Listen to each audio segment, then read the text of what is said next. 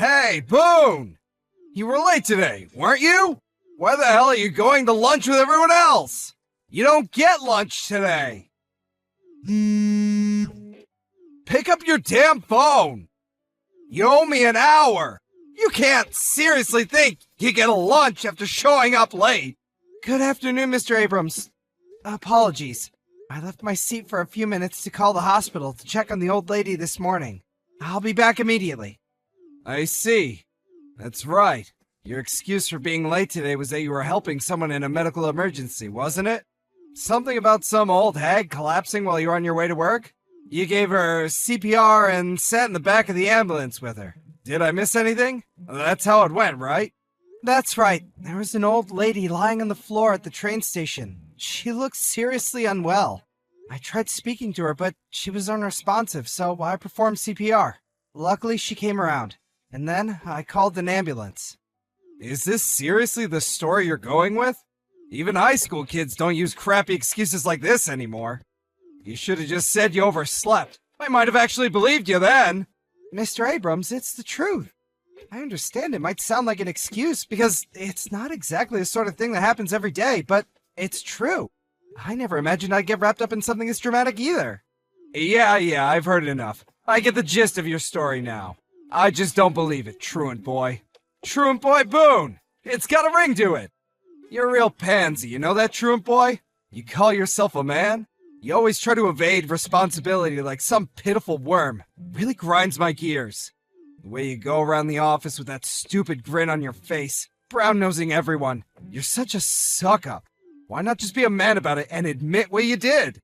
To top it off, you tried pulling the wool over my eyes with the lamest excuse I've heard this decade.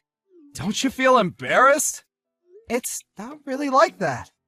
Look, you can't even defend yourself properly. Why? Because I'm right.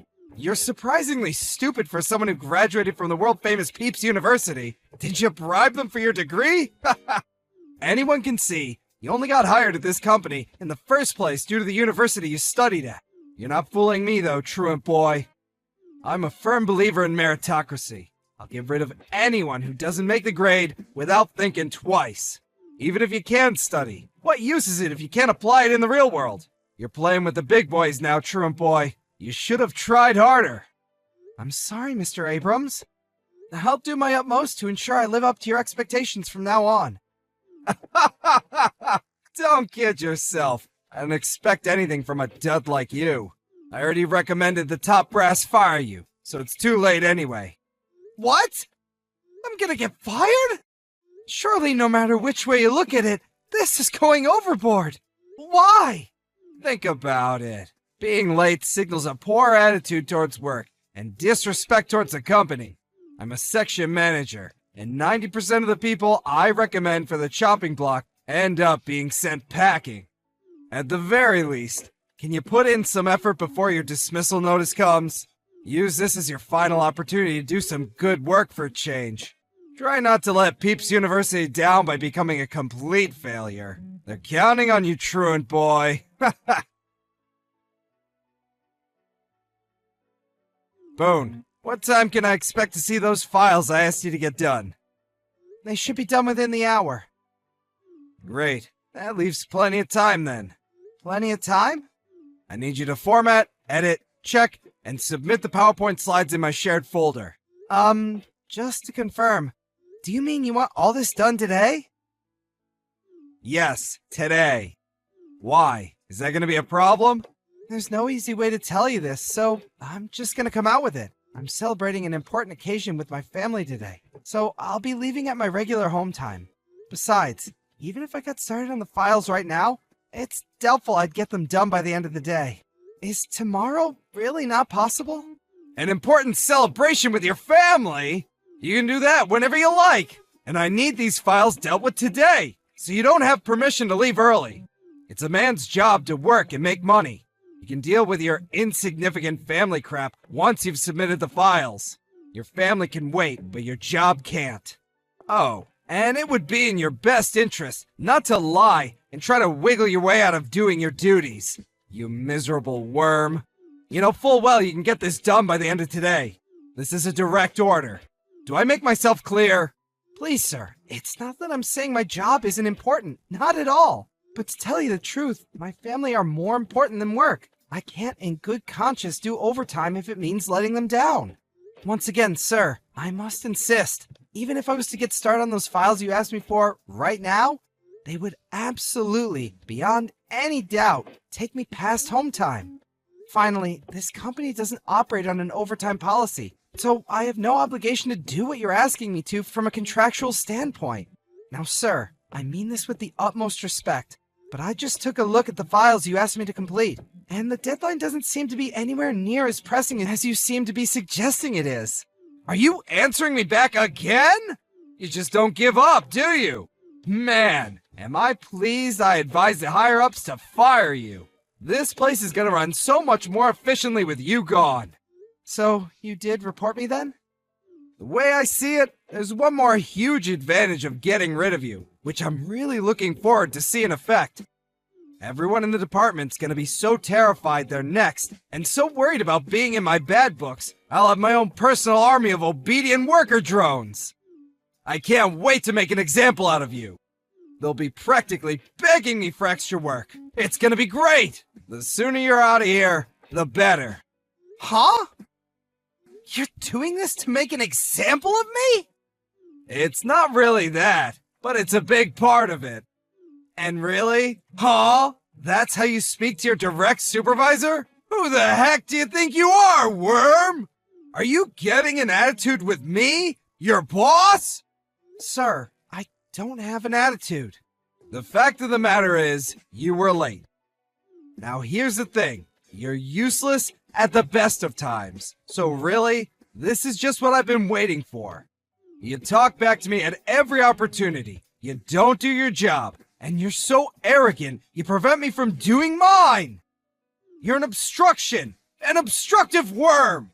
I just can't wait for your name to get called out by HR. I'm almost disappointed I won't be able to watch the announcement in person. I'd bring popcorn. I'm done talking to you. Bye, delinquent. Hey, Worm Boy, are you alive? I heard you got called into the CEO's office. Did he do it? Did he fire you? Actually, we did talk at great length about a certain person's dismissal. I knew it! LOL! Sucks to be you! I guess I was wrong. I thought HR would deal with you, but it looks like word made it right to the top instead. Looks like I wasn't the only one in this company who was sick of your attitude, huh?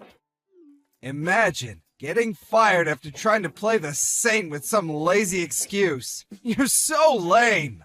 Out of all my subordinates, past and present, you're probably the lamest dude I've ever managed at this company.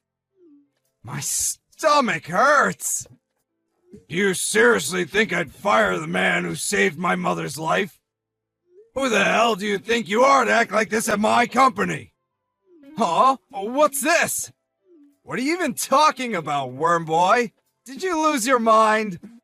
Did you finally crack under all the pressure? Phone call, 10 seconds. As I just told you on the phone, you need to get back at the office at once. Mr. President, sir.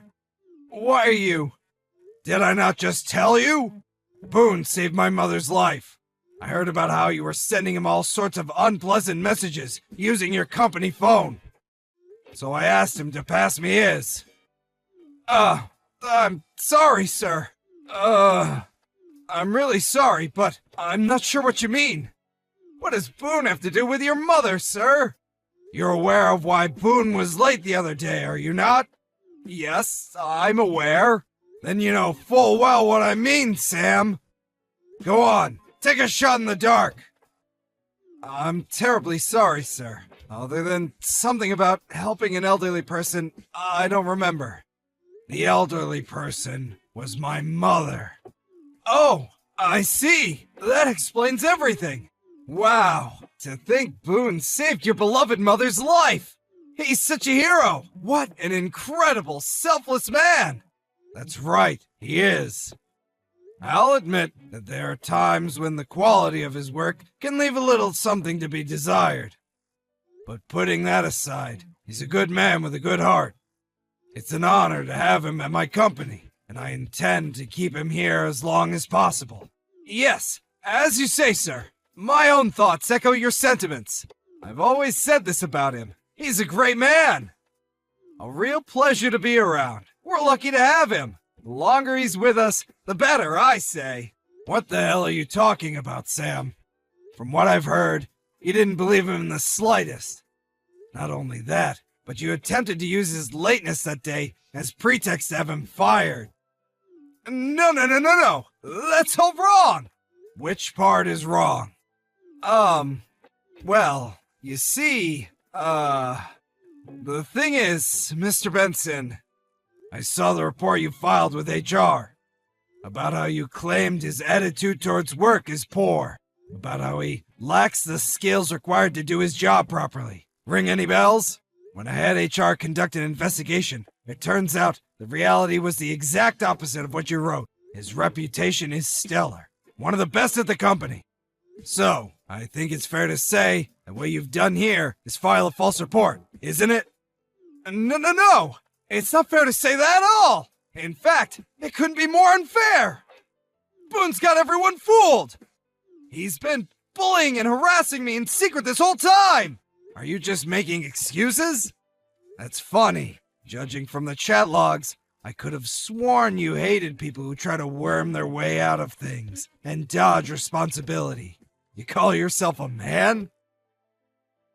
And please, Boone bullying and harassing you? Do you have a shred of evidence to back that up? By that, do you mean he just had the courage to correct your mistaken opinions? Are subordinates not supposed to give their opinions to the boss? I'm sure that's the world you'd like to live in. Are your staff disqualified from telling you what they think?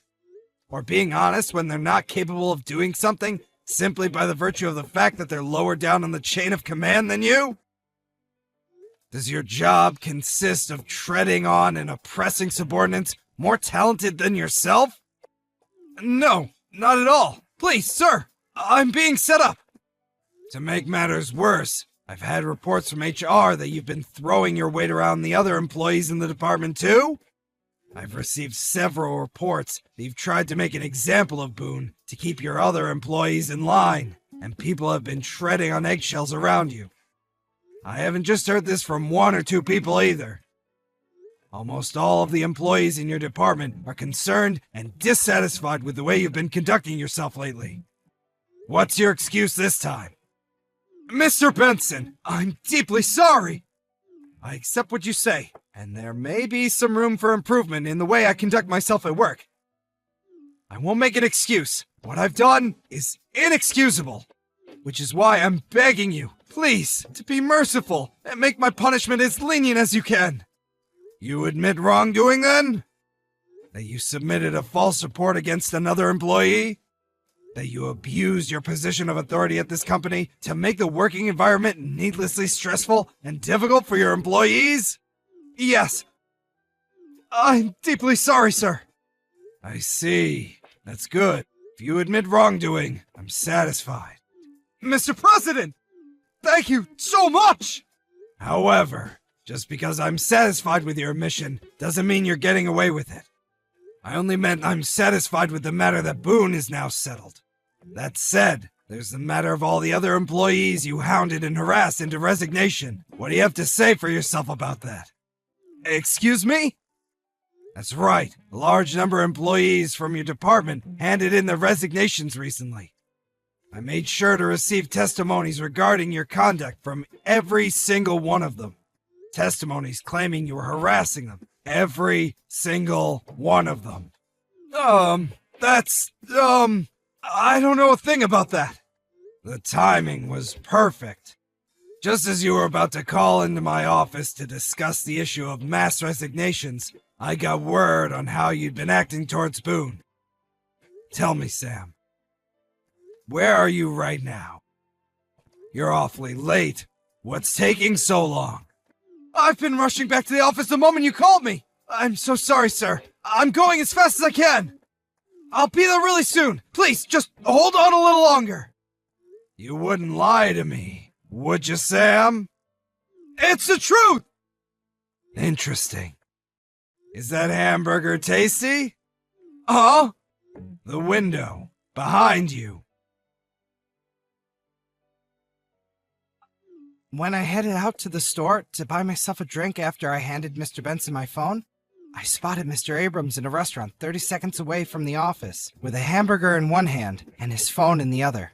Given the situation, I thought it was best to report it to Mr. Benson. By that point, Mr. Abrams was so late back from his lunch that we decided we should go out and look for him.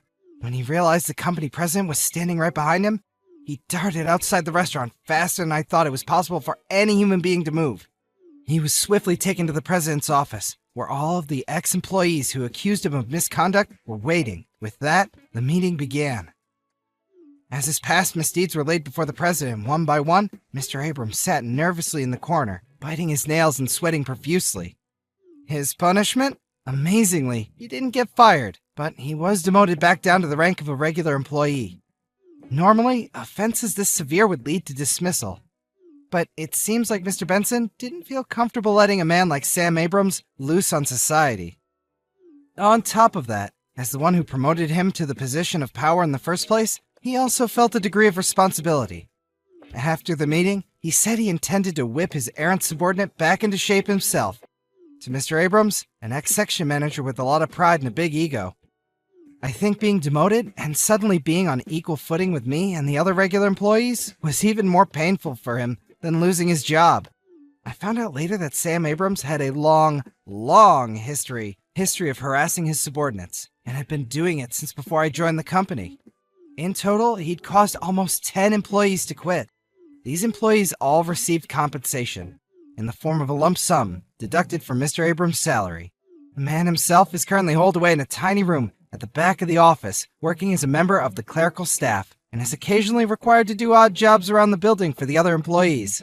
There's something deeply satisfying about the man who used to make your life a living hell being forced to make you cups of coffee. LOL. Obviously, he deserves everything, and is only himself to blame, so I don't have an ounce of sympathy for him.